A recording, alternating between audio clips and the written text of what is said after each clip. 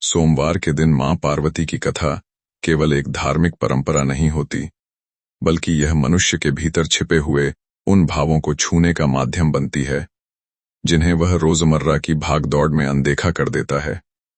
क्योंकि कहा जाता है कि जो व्यक्ति सोमवार के दिन श्रद्धा के साथ मां पार्वती की यह पावन कथा सुन लेता है, उसके जीवन में दुख टिक नहीं पाते। और यह बात केवल आस्था का विषय नहीं, बल्कि जीवन के अनुभवों से निकला हुआ सत्य है। सोमवार वह दिन होता है जब मन सबसे अधिक कोमल होता है, जब भीतर दबे प्रश्न बिना शोर किए आत्मा के दरवाजे पर दस्तक देते हैं। और जब मां पार्वती का नाम लिया जाता है, तो वह केवल देवी का स्मरण नहीं होता, बल्कि उस धैर्य का आह्वान होता है जो मनुष्य को टूटने से बचाता है। क्योंकि मां पार्वती वह शक्ति हैं जो मौन में भी सब सह लेती हैं, जो पीड़ा को शिकायत नहीं बनने देती और आंसुओं को भी साधना में बदल देती हैं। इसलिए यह कथा किसी चमत्कार की घोषणा नहीं, बल्कि उस गहरे सत्य का स्पर्श है जिसे हम अक्सर नजरअंदाज कर देते हैं। यह कथा उन लोगों के लिए है जो बाहर से शांत दिखाई देते हैं, लेकिन भीतर किसी न किसी उलझन से जूझ रहे होते हैं। किसी के मन पर रिश्तों का बोझ है, कोई असफलता के भय से घिरा है, तो किसी के पास सब कुछ होते हुए भी शांति नहीं है। और मां पार्वती की कथाओं में न तो डर होता है और न ही शोर, वहां केवल ऐसी गहरी समझ होती है जो मनुष्य को स्वयं से मिला देती है। इसलिए आज की यह कथा सुनने से अधिक महसूस करने की है। यह मन को झकझोरती नहीं, बल्कि धीरे धीरे भीतर उतरती है। इसीलिए इसे सुनते समय कोई अपेक्षा न रखें, कोई निर्णय न लें, बस स्वयं को खुला छोड़ दें। क्योंकि जब मन खुला होता है, तभी मां पार्वती की कृपा शब्दों के माध्यम से सीधे हृदय तक पहुंचती है। लेकिन आगे बढ़ने से पहले यह समझना आवश्यक है कि सोमवार का व्रत केवल उपवास नहीं, बल्कि मन, वचन और विचार का व्रत होता है। और हमारे धर्म ग्रंथों में स्पष्ट कहा गया है कि अधूरी कथा या अधूरी साधना मन में भ्रम छोड़ जाती है, जो धीरे धीरे अशांति और कष्ट का कारण बनती है। इसलिए यह कथा केवल सुनने की नहीं, बल्कि आत्मचिंतन की है। यह जीवन का वह दर्पण है जिसमें मनुष्य अपने कर्म, अपने संबंध और अपने विचारों को साफ साफ देख सकता है। संभव है कि इसका कोई एक वाक्य वर्षों पुरानी उलझन को शांत कर दे। और यदि आप स्वयं को सनातन परंपरा से जुड़ा मानते हैं, तो यह भी आपका दायित्व है कि इस पावन संदेश को केवल अपने तक सीमित न रखें, बल्कि परिवार और समाज तक भी पहुंचाएं। इसी भावना के साथ अब हम उस कथा की ओर बढ़ते हैं जो धैर्य, विश्वास और परीक्षा की अद्भुत मिसाल है। बहुत समय पहले रामपुर नाम का एक छोटा सा गांव था। उसी गांव में रामकिशोर नाम का एक सीधा सादा किसान रहता था, जो स्वभाव से सरल, मन से निर्मल और भगवान शिव का अनन्य भक्त था। उसका जीवन सीमित साधनों में भी संतोष से भरा हुआ था। लेकिन समय कभी एक सा नहीं रहता और उसकी हंसती खेलती दुनिया तब उजड़ गई जब उसकी पत्नी का अचानक निधन हो गया। पत्नी के जाने के बाद उसका घर सूना हो गया, खेती बाड़ी और घर संभालना कठिन हो गया। और समाज के दबाव में उसने दूसरी शादी कर ली। लेकिन जैसे ही नई पत्नी घर आई, किस्मत ने एक और परीक्षा सामने रख दी। गांव में भयानक सूखा पड़ गया, खेत फटने लगे, फसलें जल गईं और जो थोड़ी बहुत पूंजी थी वह भी खत्म होने लगी। घर में अन्न का अभाव हो गया और भूख ने दोनों को घेर लिया। दूसरी पत्नी के ताने और हालात की मजबूरी ने उस सीधे सादे किसान को भीतर से तोड़ना शुरू कर दिया। और वह समझ नहीं पा रहा था कि शिव भक्ति के बावजूद यह सब उसके जीवन में क्यों घट रहा है। गरीबी और भूख मनुष्य को ऐसे मोड़ पर ला खड़ा करती हैं जहां सही और गलत के बीच की रेखा धुंधली होने लगती है। और यही स्थिति रामकिशोर के जीवन में भी आ गई थी। क्योंकि जो व्यक्ति कभी किसी के आगे हाथ फैलाना पसंद नहीं करता था, वह अब काम की तलाश में दर दर भटकने लगा। गांव के बड़े जमींदारों से लेकर आस पास के इलाकों तक उसने रोजगार की उम्मीद की, लेकिन सूखे की मार ने सबके हाथ बांध दिए थे और हर जगह से उसे निराशा ही मिली। कई दिन भूखे पेट सोना उसकी नियति बन गया। पत्नी की आंखों में बढ़ती चिंता और भूख से सूखा चेहरा उसे भीतर से कचोटता रहता था। और वह मन ही मन भोलेनाथ से पूछता कि आखिर उससे ऐसी कौन सी भूल हो गई कि उसे यह सब सहना पड़ रहा है। एक दिन काम की तलाश में वह पास के कस्बे पहुंचा, जहां उसने भीड़ से भरी एक बड़ी दुकान देखी। पास जाकर पता चला कि वह मांस की दुकान थी। जहां मुर्गी और मछली बेची जाती थी। रामकिशोर आजीवन शुद्ध शाकाहारी रहा था और उसे जीव हत्या से गहरी घृणा थी। वह वहां से लौटने ही वाला था कि तभी दुकान के मालिक ने उसकी दयनीय हालत देख ली और काम का प्रस्ताव रख दिया। साथ ही यह भी कहा कि उसे शाम को खाने के लिए भोजन मिलेगा। यह सुनकर रामकिशोर के सामने धर्म और भूख की भयानक टक्कर खड़ी हो गई। उसका मन इस काम के लिए तैयार नहीं था, लेकिन भूखी पत्नी का चेहरा उसकी आंखों के सामने घूम गया और मजबूरी ने उसके आत्मसम्मान और आस्था को कुचल दिया। भारी मन से उसने उस काम के लिए हाँ कर दी और उसी दिन से वह कसाई खाने में काम करने लगा, जहां खून की गंध, चीखें और जीवों की तड़प उसके मन को हर दिन घायल करती थी। शाम को घर लौटते समय भोजन और पैसे तो मिल जाते थे, लेकिन उसका अंतर्मन हर दिन और अधिक अशांत होता चला गया। उसे लगता था कि उसने पेट भरने के लिए अपनी आत्मा को गिरवी रख दिया है। रातों को उसे नींद नहीं आती थी और बार बार वही दृश्य आंखों के सामने घूम जाते थे। समय बीतता गया, गरीबी कुछ कम हुई, लेकिन मन की शांति पूरी तरह खत्म हो गई। वह पहले की तरह मंदिर नहीं जा पाता था।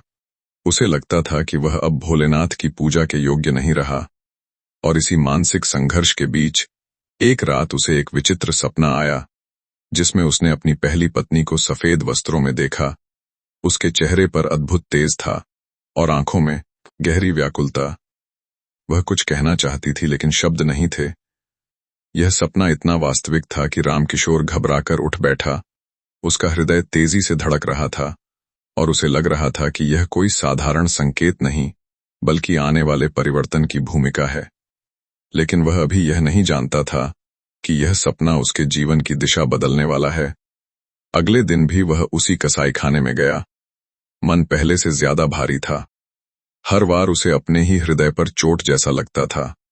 और दोपहर के समय जब उसने दुकान की दीवार पर लगे कैलेंडर में भगवान शिव और मां पार्वती की तस्वीर देखी, तो उसके संयम का बांध टूट गया। आंखों से आंसू बहने लगे और वह मन ही मन ईश्वर से पूछने लगा कि क्या यही उसकी भक्ति का फल है? क्या उसे जीवन भर इसी पीड़ा में रहना होगा? लेकिन वह नहीं जानता था कि यह टूटन ही उसके जीवन की सबसे बड़ी तैयारी बन रही है, क्योंकि जिस क्षण मनुष्य भीतर से पूरी तरह टूटता है, उसी क्षण ईश्वर की कृपा के द्वार धीरे धीरे खुलने लगते हैं। दिन बीतते गए और रामकिशोर की जिंदगी एक ऐसे चक्र में फंस गई जिससे निकलने का कोई रास्ता उसे दिखाई नहीं देता था।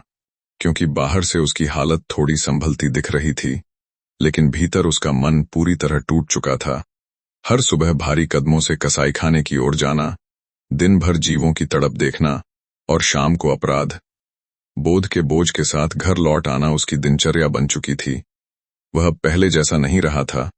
मंदिर की घंटियों की आवाज उसे सुकून नहीं, बल्कि ग्लानि देती थी।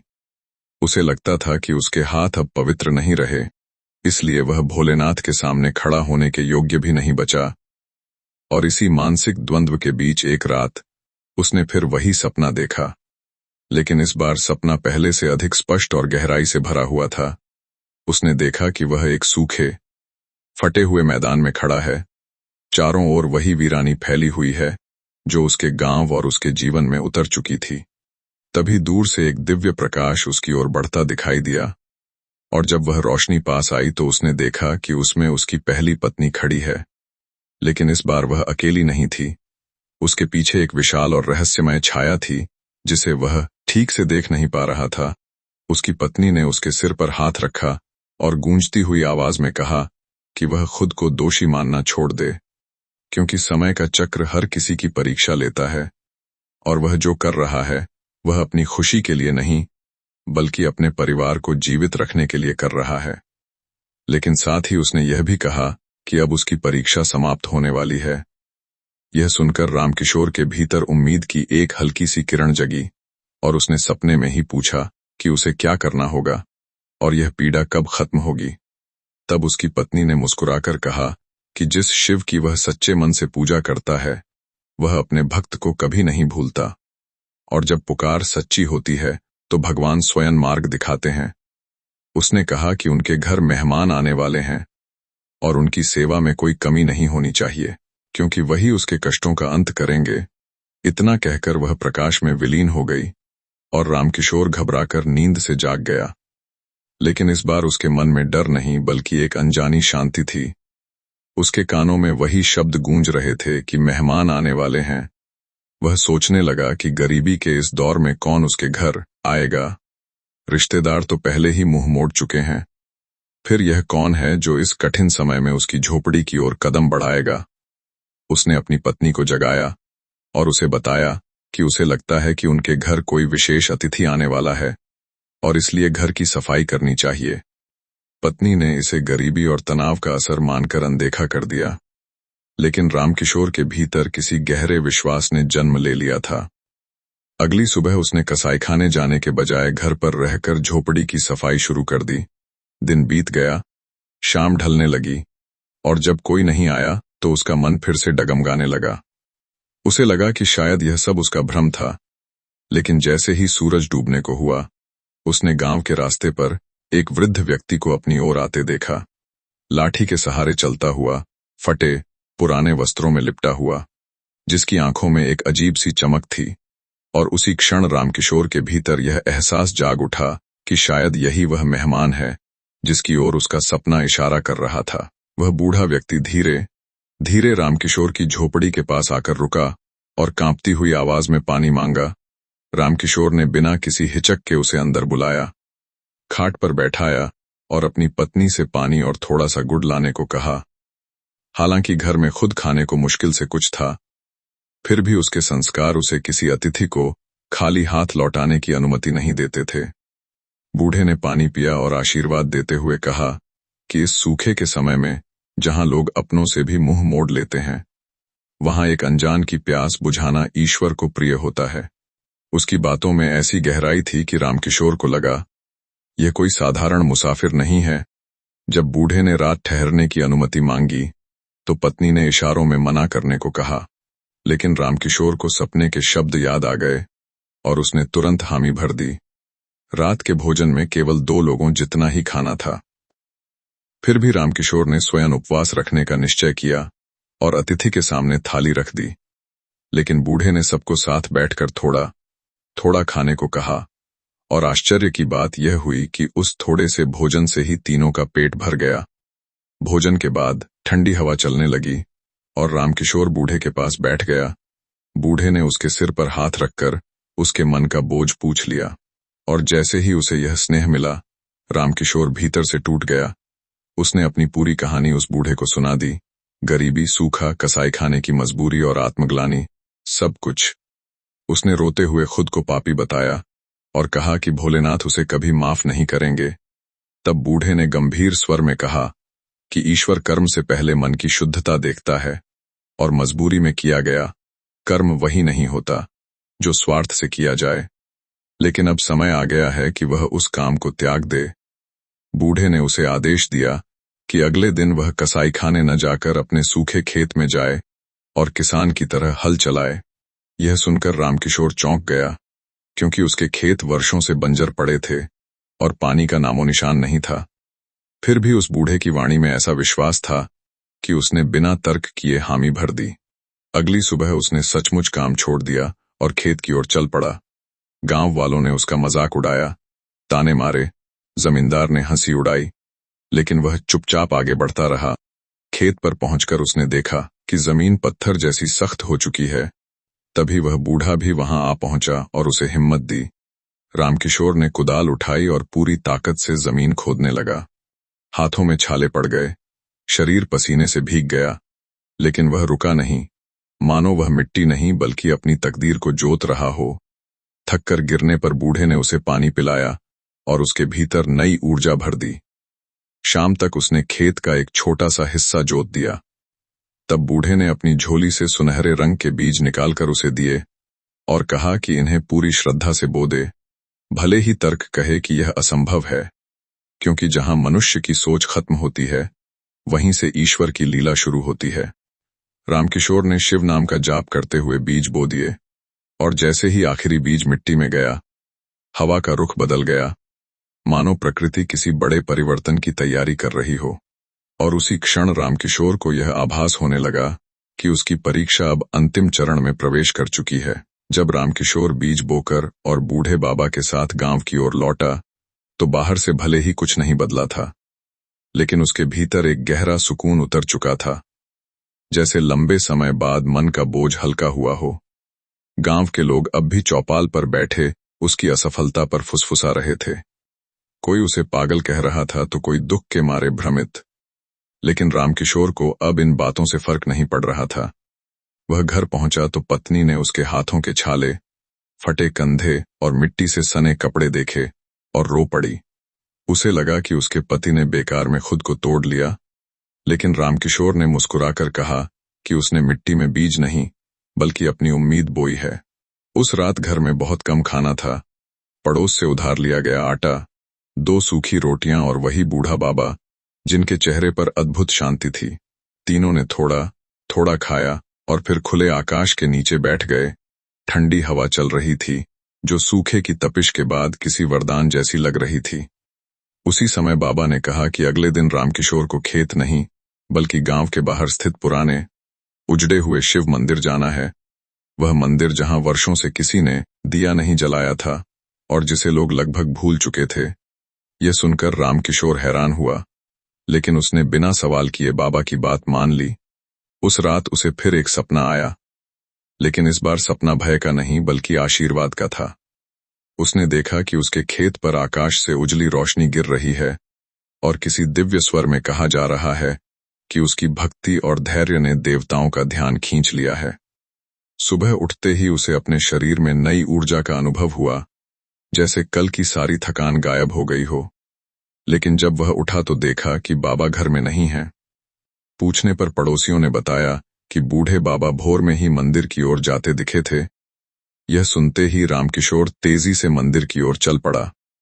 झाड़ियों से घिरा वह पुराना शिवालय आज कुछ अलग ही दिखाई दे रहा था। उसका दरवाजा खुला था और भीतर से हल्की रोशनी आ रही थी, जबकि वहां न तो कोई दीपक था और न ही कोई व्यक्ति।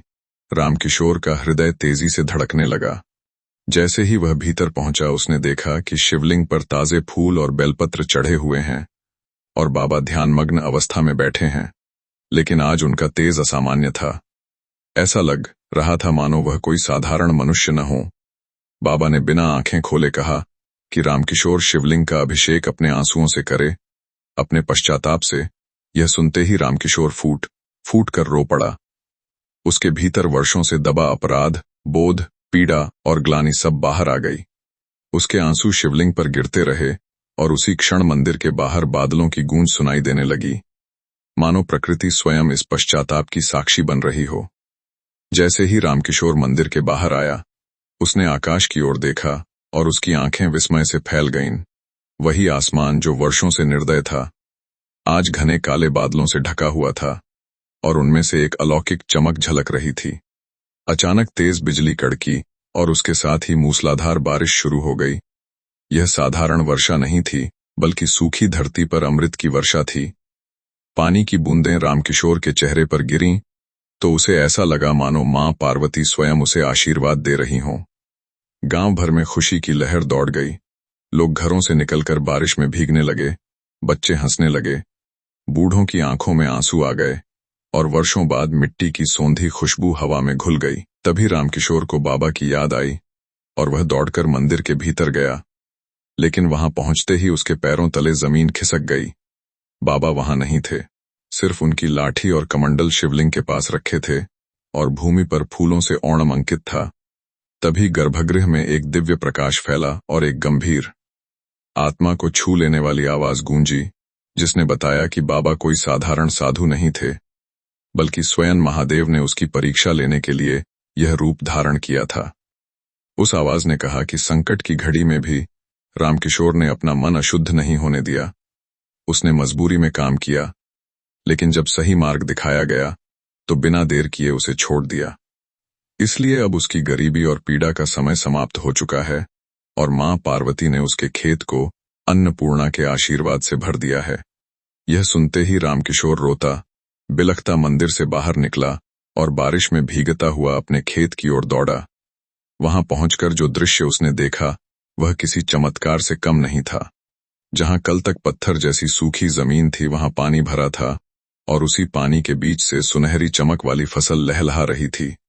वह कोई साधारण फसल नहीं थी, बल्कि दिव्य धान था, जिसकी बालियां मोतियों की तरह चमक रही थीं। गांव के लोग भी इस प्रकाश को देखकर वहां पहुंच गए और सभी स्तब्ध रह गए। जमींदार, जिसने कभी उसका उपहास किया था, वह भी अवाक खड़ा था। रामकिशोर की पत्नी यह दृश्य देखकर उसके चरणों में गिर पड़ी और अपने संदेह के लिए क्षमा मांगी। रामकिशोर ने उसे उठाकर कहा कि यह उसका चमत्कार नहीं, बल्कि शिव पार्वती की कृपा है। बादलों के बीच से निकली सूर्य किरणों ने जब उस फसल को छुआ तो पूरा खेत सोने सा दमक उठा, और जब पहली बाली काटी गई तो वह सचमुच सोने में बदल गई। यह दिव्य वरदान केवल एक बार के लिए था, लेकिन इतना पर्याप्त था कि रामकिशोर का जीवन हमेशा के लिए बदल जाए। फिर भी धन आने के बाद उसका मन नहीं बदला।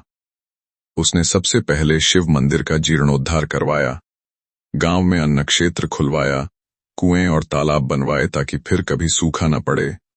उसने अपने जीवन का नियम बना लिया कि हर सोमवार शिव पार्वती की पूजा करेगा और किसी को भूखा नहीं सोने देगा। और यही उसकी सबसे बड़ी विजय थी, क्योंकि वरदान पाना आसान होता है, लेकिन उसे विनम्रता के साथ निभाना बहुत कठिन, और रामकिशोर इस परीक्षा में भी सफल हुआ। रामकिशोर के जीवन में आए इस अद्भुत परिवर्तन ने पूरे गांव की सोच को झकझोर कर रख दिया था, क्योंकि जो व्यक्ति कल तक दाने को मोहताज था, वही अब ईश्वर की विशेष कृपा का जीवंत उदाहरण बन चुका था। लेकिन सबसे आश्चर्यजनक बात यह थी कि अपार धन और सम्मान मिलने के बाद भी रामकिशोर के स्वभाव में कोई अहंकार नहीं आया। उसके चेहरे पर वही सादगी और आंखों में वही विनम्रता बनी रही। उसने अपने खेत में उगी दिव्य फसल को गांव वालों के सामने ईश्वर का प्रसाद बताया और स्पष्ट कर दिया कि यह वरदान केवल एक बार के लिए था, ताकि मनुष्य यह समझ सके कि सच्ची संपत्ति धन नहीं, बल्कि विश्वास और कर्म की शुद्धता होती है। उसने गांव के बीच एक भव्य शिव मंदिर का निर्माण करवाया। उसी पुराने उजड़े हुए मंदिर को पुनः जीवित किया, जहां उसे महादेव का साक्षात्कार हुआ था, और उस मंदिर को केवल पूजा का स्थान नहीं, बल्कि सेवा और करुणा का केंद्र बना दिया। वहां अन्न क्षेत्र शुरू हुआ, जहां जाति धर्म पूछे बिना हर भूखे को भोजन मिलने लगा। गांव में वर्षों से बंद पड़ी सामाजिक एकता फिर से जाग उठी। लोग एक दूसरे के दुख सुख में साथ खड़े होने लगे। रामकिशोर ने सूखे की भयावहता से सबक लेते हुए तालाब खुदवाए, कुएं बनवाए और खेती के नए साधन उपलब्ध कराए, ताकि भविष्य में कोई परिवार भूख से मजबूर न हो। उसने जमींदारों और गरीब किसानों के बीच की खाई को पाटने की कोशिश की और खुद उदाहरण बनकर दिखाया कि ईश्वर की कृपा मिलने का अर्थ केवल लेना नहीं, बल्कि बांटना होता है। यहां तक कि कसाईखाने का मालिक भी जब यह सब देखता रहा तो उसका हृदय परिवर्तन हो गया। उसने अपना धंधा बंद कर दिया और रामकिशोर के साथ सेवा कार्यों में लग गया। उसने स्वीकार किया कि जब भगवान अपने भक्त की रक्षा के लिए स्वयं मार्गदर्शक बनते हैं, तो इंसान को भी अपने कर्म सुधारने चाहिए। रामकिशोर की पत्नी, जो कभी परिस्थितियों से खिन्न होकर शिकायत करती रहती थी, अब पूरी तरह बदल चुकी थी। उसने समझ लिया था कि धैर्य और विश्वास के बिना कोई भी परीक्षा पार नहीं की जा सकती। वह भी अब सेवा, भक्ति और परोपकार में लगी रहती। गांव की स्त्रियां उससे प्रेरणा लेने आतीं और रामकिशोर की कथा को सुनकर अपने जीवन में विश्वास जगाने की कोशिश करतीं। धीरे धीरे यह कहानी आसपास के गांवों तक फैलने लगी और लोग दूर दूर से उस शिव मंदिर में माथा टेकने आने लगे, जहां हर सोमवार विशेष पूजा और कथा का आयोजन होता। और लोग कहते कि जो भी सच्चे मन से उस दिन वहां आता है, उसके जीवन में कभी अन्न और आशा की कमी नहीं रहती। रामकिशोर स्वयं हर सोमवार कथा सुनाता और अंत में यही कहता कि भगवान कभी किसी को कष्ट देने के लिए परीक्षा में नहीं डालते, बल्कि मनुष्य को भीतर से मजबूत बनाने के लिए ऐसा करते हैं, क्योंकि यदि संकट न आए तो विश्वास की गहराई का पता ही नहीं चलता।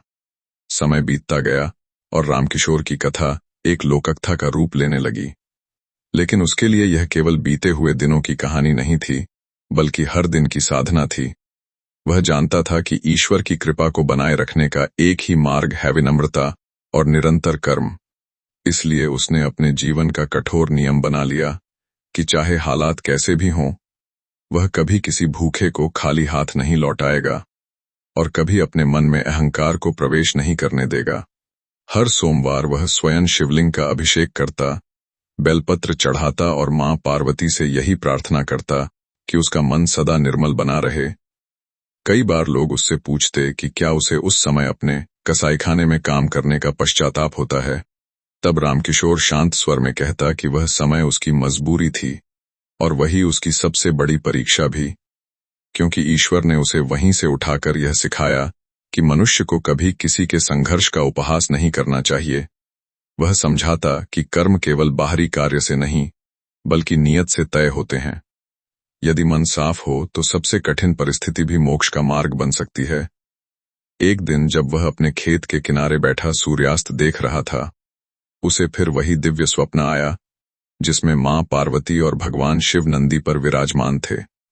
मां पार्वती ने स्नेहभरी दृष्टि से कहा कि सबसे बड़ी विजय यह नहीं कि मनुष्य को वरदान मिल जाए, बल्कि यह है कि वह वरदान पाकर भी न बदले। और यही कारण है कि रामकिशोर उनकी परीक्षा में पूर्ण रूप से सफल हुआ है। स्वप्न से जागने पर उसके चेहरे पर वही शांत मुस्कान थी। उसने उसी दिन यह संकल्प लिया कि वह अपनी कथा को कभी चमत्कार के रूप में नहीं, बल्कि सीख के रूप में प्रस्तुत करेगा, ताकि लोग समझ सकें कि संकट चाहे जितना गहरा हो, ईश्वर का मार्ग कभी बंद नहीं होता। बस शर्त यह है कि मनुष्य गलत रास्ते को अंतिम विकल्प न बनाए। वह गांव के बच्चों को समझाता कि मेहनत और धैर्य कभी व्यर्थ नहीं जाते, और बुजुर्गों से कहता कि ईश्वर की योजना मनुष्य की समझ से परे होती है। आज जिस मंदिर में दीप जल रहे हैं, वहां कभी अंधेरा और सन्नाटा था, और यही परिवर्तन जीवन का सत्य है। रामकिशोर की कहानी यह सिखाती है कि सूखा केवल खेतों में नहीं, मन में भी पड़ सकता है, और जब मन सूख जाता है तब विश्वास की एक बूंद ही पर्याप्त होती है उसे फिर से हरा भरा करने के लिए। उसने सबको यही संदेश दिया कि दुख में भगवान को दोष देने से बेहतर है स्वयं को सुधारना और प्रतीक्षा करना, क्योंकि देर भले ही हो, अंधेर कभी नहीं होता। और जिस प्रकार एक सोमवार ने उसके जीवन की दिशा बदल दी, उसी प्रकार हर व्यक्ति के जीवन में भी एक ऐसा क्षण आता है जब ईश्वर स्वयं हाथ पकड़कर आगे बढ़ाते हैं। बस आवश्यकता है उस क्षण को पहचानने की। और इसी विश्वास के साथ रामकिशोर आज भी हर सोमवार श्रद्धा से कथा सुनाता है, ताकि कोई भी निराश मन यह समझ सके कि जब सारे दरवाजे बंद हो जाएं, तब भी ईश्वर का द्वार हमेशा खुला रहता है। रामकिशोर की कथा अब केवल उसके गांव तक सीमित नहीं रही थी, बल्कि आसपास के अनेक गांवों में एक जीवित उदाहरण के रूप में सुनी और सुनाई जाने लगी थी। लोग इसे चमत्कार कहकर सुनते थे, लेकिन रामकिशोर हर बार यही दोहराता कि इसमें चमत्कार से अधिक परीक्षा और धैर्य की भूमिका थी, क्योंकि ईश्वर किसी को अचानक ऊंचाई पर नहीं बैठाते, बल्कि पहले उसे भीतर से तोड़ते हैं, फिर गढ़ते हैं, और यह गढ़ने की प्रक्रिया ही मनुष्य को योग्य बनाती है। वह लोगों को समझाता कि यदि सूखे के दिनों में उसने कसाई खाने का काम स्वीकार किया, तो वह उसकी कमजोरी नहीं, बल्कि परिस्थिति की कठोरता थी। लेकिन उसी समय उसका मन भीतर से विद्रोह करता रहा, और यही विद्रोह उसकी आत्मा को जीवित रखे रहा। वह युवाओं को समझाता कि कभी भी मजबूरी को स्थायी पहचान मत बनाओ, क्योंकि संकट का समय हमेशा के लिए नहीं होता, और यदि उस समय मन शुद्ध रहे तो वही संकट आगे चलकर वरदान का रूप ले लेता है। रामकिशोर ने अपने जीवन में एक और नियम जोड़ लिया था कि वह कभी किसी को तिरस्कार की दृष्टि से नहीं देखेगा, क्योंकि उसने स्वयं अपमान और मजाक का स्वाद चखा था। वह जानता था कि टूटे हुए मन को सबसे अधिक आवश्यकता सम्मान और भरोसे की होती है।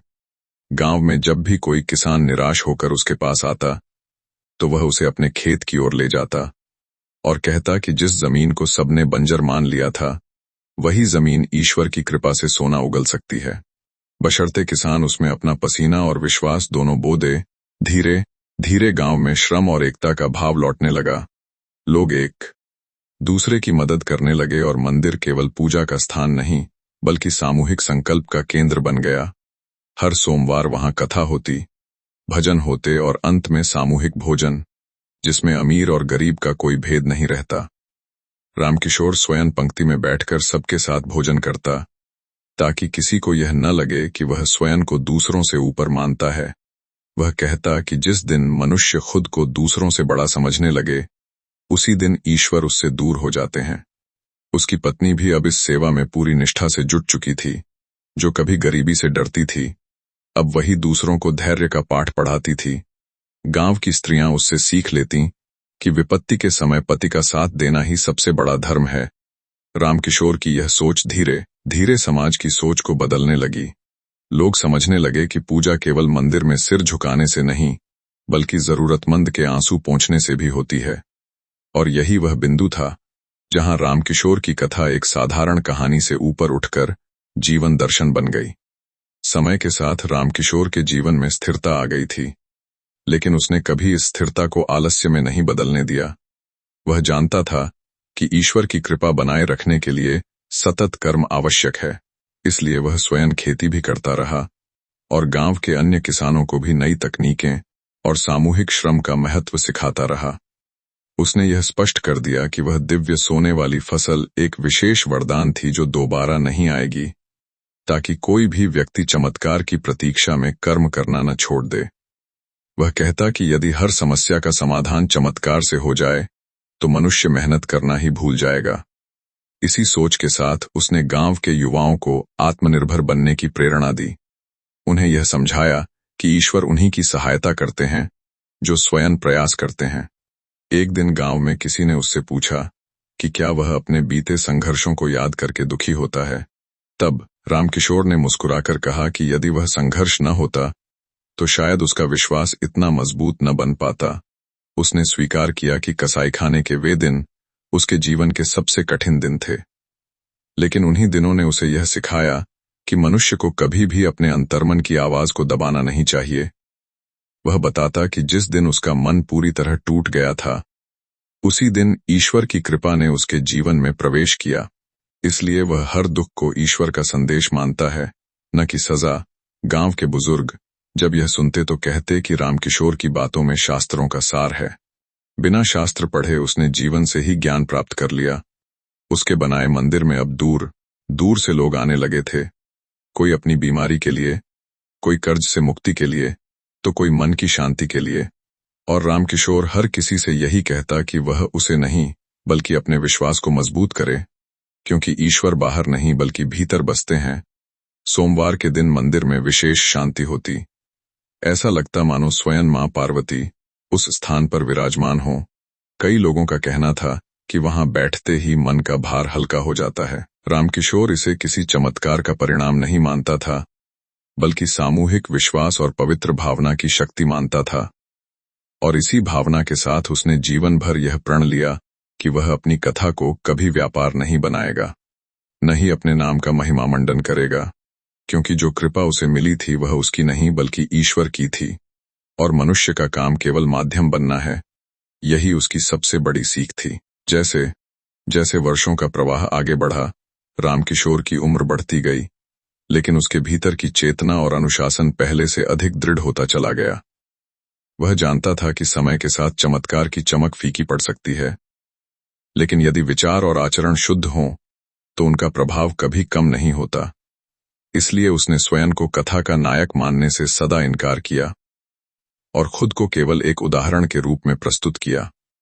वह कहता कि यदि ईश्वर ने उसे चुना तो इसका अर्थ यह नहीं कि वह दूसरों से श्रेष्ठ है, बल्कि इसलिए कि शायद वह उस समय सीखने के लिए तैयार था। गांव के बच्चे उसे दादा कहकर बुलाते और उसके पास बैठकर जीवन की छोटी छोटी सीख सुनते। वह उन्हें बताता कि सच्ची भक्ति दिखावे से नहीं बल्कि अनुशासन से जन्म लेती है। जिस तरह खेती में रोज पानी देना पड़ता है, उसी तरह मन को भी रोज सच्चाई और करुणा से सिंचना पड़ता है। गांव में जब कभी कोई विवाद होता तो लोग पंच के रूप में रामकिशोर को बुलाते, क्योंकि उन्हें विश्वास था कि वह निर्णय स्वार्थ से नहीं बल्कि धर्म से करेगा। और वह हर बार यही कहता कि न्याय वही है जिसमें किसी का अपमान न हो। उसने यह भी देखा कि समय के साथ कुछ लोग उसकी कथा को बढ़ा चढ़ाकर कहने लगे। कहीं सोने की फसल को अनंत बना दिया गया, कहीं उसे रोज होने वाला चमत्कार बता दिया गया। तब रामकिशोर को चिंता हुई कि कहीं लोग कर्म के बजाय केवल कथा पर निर्भर न हो जाएं। उसने एक दिन मंदिर में सबको इकट्ठा कर स्पष्ट कहा कि ईश्वर बार बार चमत्कार नहीं करते, वे एक बार संकेत देते हैं और फिर मनुष्य को उसके विवेक के सहारे छोड़ देते हैं। उसने सबको समझाया कि यदि उसने कसाईखाने का रास्ता छोड़ा तो वह इसलिए नहीं कि उसे तुरंत कुछ मिल गया, बल्कि इसलिए कि उसे भीतर से वह मार्ग गलत लगा। और यही अंतर मनुष्य और पशु में होता है। गांव के कई लोग उसकी बात सुनकर भावुक हो गए, क्योंकि उन्हें पहली बार समझ आया कि धर्म केवल पूजा पाठ नहीं बल्कि सही समय पर गलत को छोड़ देने का साहस भी है। रामकिशोर ने अपने जीवन के अंतिम वर्षों में यह निश्चय किया कि वह गांव के बाहर एक छोटा सा आश्रम बनवाएगा, जहां कोई भी थका ढारा मनुष्य आकर विश्राम कर सके। वहां न कोई दान पेटी रखी गई, न कोई बड़ा नियम। केवल एक शर्त थी कि जो आए वह मन को हल्का करके जाए। आश्रम में बैठकर वह अक्सर मौन साधना करता और कहता कि मौन सबसे बड़ा उपदेश है, क्योंकि शब्द कभी कभी भ्रम पैदा करते हैं, लेकिन शांति सीधे हृदय में उतरती है। उसकी पत्नी भी अब जीवन के अंतिम पड़ाव पर थी, और दोनों अक्सर संध्या के समय मंदिर के प्रांगण में बैठकर डूबते सूर्य को देखते, बिना अधिक बोले, क्योंकि वे समझ चुके थे कि कुछ रिश्तों में शब्दों की आवश्यकता नहीं होती, केवल साथ ही पर्याप्त होता है। एक शांत सोमवार की सुबह, जब गांव में हमेशा की तरह मंदिर की घंटियां बज रही थीं और हवा में अगरबत्ती की सुगंध घुली हुई थी, रामकिशोर ने अपने भीतर एक अजीब सी पूर्णता महसूस की, जैसे उसका जीवन चक्र अब धीरे धीरे पूरा होने जा रहा हो। उसने उस दिन विशेष रूप से किसी को कुछ उपदेश नहीं दिया, केवल सबको देखकर मुस्कुराया और मन ही मन ईश्वर को धन्यवाद दिया कि उन्होंने उसे टूटने के बाद संभलने की शक्ति दी। शाम होते होते उसने अपनी पत्नी का हाथ पकड़ा और कहा कि यदि जीवन फिर से शुरू करना पड़े तो वह वही रास्ता चुनेगा, क्योंकि उसी कठिन रास्ते ने उसे यह सिखाया कि सच्चा सुख क्या होता है। उसी रात नींद में उसने एक अंतिम स्वप्न देखा, जिसमें वही पुराना शिव मंदिर था, लेकिन इस बार वह उजड़ा हुआ नहीं बल्कि प्रकाश से भरा हुआ था। मां पार्वती ने स्नेह से उसे देखा और कहा कि उसकी सबसे बड़ी सेवा यह थी कि उसने दुख को कड़वाहट में नहीं बदला, और महादेव ने केवल इतना कहा कि अब विश्राम का समय है। सुबह जब गांव के लोग मंदिर पहुंचे तो रामकिशोर शांत अवस्था में बैठे मिले, जैसे ध्यान में लीन हो। उसके चेहरे पर वही सौम्य मुस्कान थी जो हमेशा रहती थी। गांव में शोक की लहर दौड़ गई, लेकिन वह शोक निराशा का नहीं बल्कि कृतज्ञता का था। लोगों को लगा जैसे उन्होंने किसी संत को खो दिया हो। अंतिम संस्कार के दिन पूरे गांव ने एक स्वर में यही कहा कि रामकिशोर ने उन्हें यह सिखाया कि ईश्वर दूर नहीं बल्कि हमारे निर्णयों के बीच खड़े होते हैं। उसके जाने के बाद भी उसका प्रभाव समाप्त नहीं हुआ। आश्रम चलता रहा, मंदिर में सोमवार की कथा जारी रही, और गांव में कोई भी भूखा नहीं सोया। बच्चे बड़े हुए तो उन्होंने अपने बच्चों को रामकिशोर की कहानी सुनाई, लेकिन चमत्कार के रूप में नहीं बल्कि सीख के रूप में। समय के साथ उसका नाम इतिहास में नहीं बल्कि लोगों के आचरण में जीवित रहा, क्योंकि उसने कभी यह नहीं चाहा कि उसे पूजा जाए। वह केवल यह चाहता था कि लोग सही समय पर सही निर्णय लेना सीखें। उसकी कथा यह याद दिलाती है कि सबसे बड़ा वरदान धन या फसल नहीं बल्कि वह विवेक है जो मनुष्य को अंधेरे में भी सही रास्ता दिखा देता है। और यही कारण है कि आज भी जब कोई निराश किसान उस मंदिर के पास से गुजरता है तो उसे लगता है जैसे कोई शांत स्वर कह रहा हो कि धैर्य रखो, परीक्षा केवल तुम्हें मजबूत बनाने आई है। क्योंकि रामकिशोर का जीवन यही प्रमाण था कि जब मनुष्य अंतर्मन की आवाज सुन लेता है, तब ईश्वर स्वयं उसके कदमों के साथ चलने लगते हैं।